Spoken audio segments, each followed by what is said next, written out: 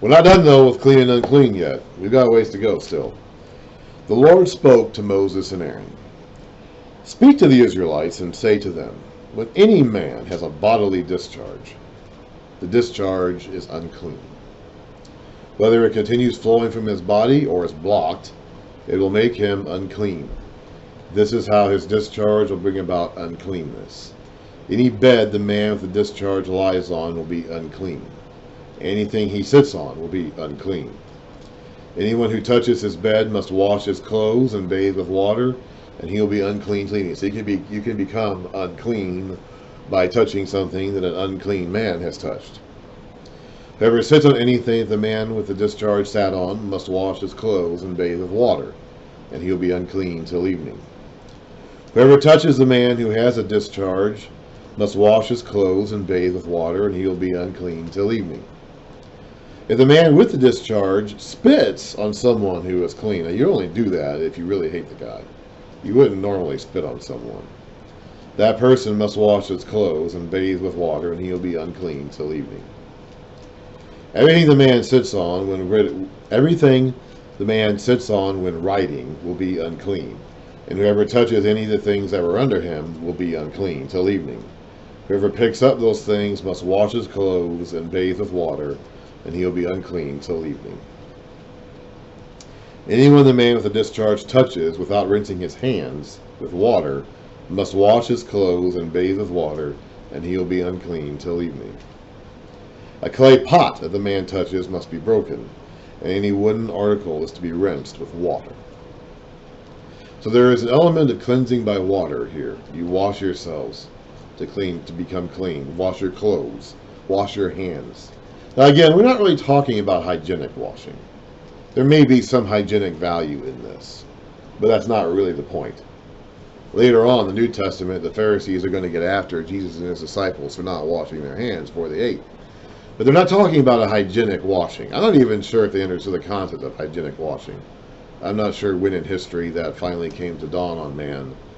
But I don't think it occurred to these people. God isn't telling them to do this for that reason. There may be a hygienic value to it, but that's not the reason why they're doing it. And when the Pharisees get mad at Jesus and his disciples for not washing their hands, they're not getting mad at them for not hygienically cleaning their hands before they touch food and put it in their mouths. They're getting mad at them for not going through the ceremony that the Pharisees think they should about washing their hands. When a man is cleansed from his discharge, he is to count off 7 days for his ceremonial cleansing. He must wash his clothes and bathe himself with fresh water, and he will be clean. On the 8th day he must take 2 doves or 2 young pigeons, and come before the Lord to the entrance of the tent of meeting, and give them to the priest. The priest is to sacrifice them, the one for a sin offering and the other for a burnt offering. In this way he will make atonement before the Lord for the man because of his discharge. When a man has an emission of semen, he must bathe his whole body with water, and he will be unclean till evening. Any clothing or leather that has semen on it must be washed with water, and it will be unclean till evening. When a man lies with a woman, and there is an emission of semen, both must bathe with water, and they will be unclean till evening. Now, we're not talking about sex being unclean, but we are trying to set a limit between having sex and then having prostitution type sex. You have to remember that in the cultures around them, we're going to get to this in a couple chapters, but in the cultures are when we talk about the sex laws. But in the cultures around them, it was extremely common. In fact, it was universal that, well, I'm not so sure about Egypt, but in the rest of the cultures around them, where they're going to, the Canaanite cultures where they're going to, it was extremely common for them to worship by having sex, because the cults and the gods that they had set up in that area were fertility gods. I talk about Baal and Asherah, and we're going to read about those coming along. 2 of the big gods of the Canaanite system in that area of the world were Baal, the storm god, and Asherah, the fertility god. And they had different names. They were slightly different. Every area, or maybe sometimes even every town or city-state, has slightly different spin on these things. But basically, you had Baal, which was typically represented as a bull, as a storm god, who was responsible for the rain, which fertilized the ground, which was the mother goddess, Asherah, Astarte. There's a few different ways that they're called. And so to properly worship them, you would come together. Well, you would go up to your high place, your hilltop shrine where they were, with a bull altar for Baal and usually a pole or a tree or something carved in the shape of Asherah. And you would offer your sacrifice of whatever kind, and then there'd be a prostitute there, either male or female, depending on your gender and your preference. And to culminate your act of worship, you'd have sex with that person. And so it was an excuse for permitted, officially sanctioned worshipful sex. So that's what we're prohibiting here, is not confusing sex with pagan worship rites. But this idea of let's not take some of the that's weird. Let's not take some of these laws to infer that sex itself is considered unclean. When a woman has her regular flow of blood, the impurity of her monthly period will last 7 days. Anyone who touches her will be unclean till evening. Anything she lies on during her period will be unclean.